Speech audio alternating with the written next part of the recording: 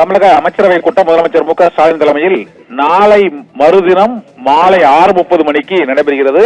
இது பட்ஜெட்டில் அறிவிக்கப்பட்ட புதிய திட்டங்கள் தொடர்பான ஒப்புதலை பெறவும், புதிய தொழில் முதலீட்டுகளை பெற்றதற்கான அந்த புதிய திட்டங்களுக்கான புரிந்துணர்வு ஒப்பந்தங்களை செயலாக்கம் செய்வதற்குமாக இந்த கூட்டம் நடைபெறுவதாக தெரிவிக்கப்பட்டுள்ளது.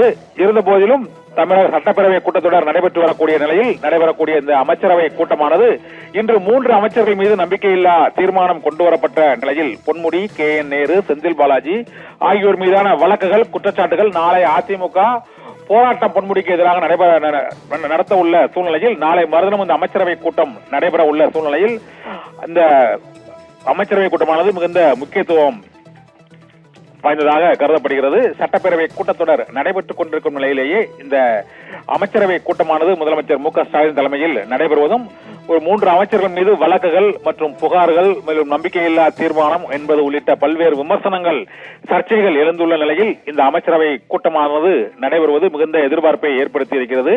உண்மையில் தொழில் முதலீடு மற்றும் புதிய திட்டங்களுக்கான ஒப்புதல், நிதி ஒதுக்கீடை செய்வதற்காக மட்டுமே இந்த அமைச்சரவை கூட்டமா அல்லது அமைச்சரவை மாற்றத்திற்கான ஒரு முன்னோட்ட கூட்டமா என்பது உள்ளிட்ட பல்வேறு எதிர்பார்ப்புகளுடன் இந்த கூட்டம் நாளை மறுதினம் மாலை 6:30 மணிக்கு நடைபெறுகிறது. அமைச்சரவை கூட்டம் நடைபெற்ற பிறகு அது தொடர்பான அதிகாரப்பூர்வ அறிவிப்பு அன்று மாலையே வெளியாகக்கூடும் என எதிர்பார்க்கப்படுகிறது.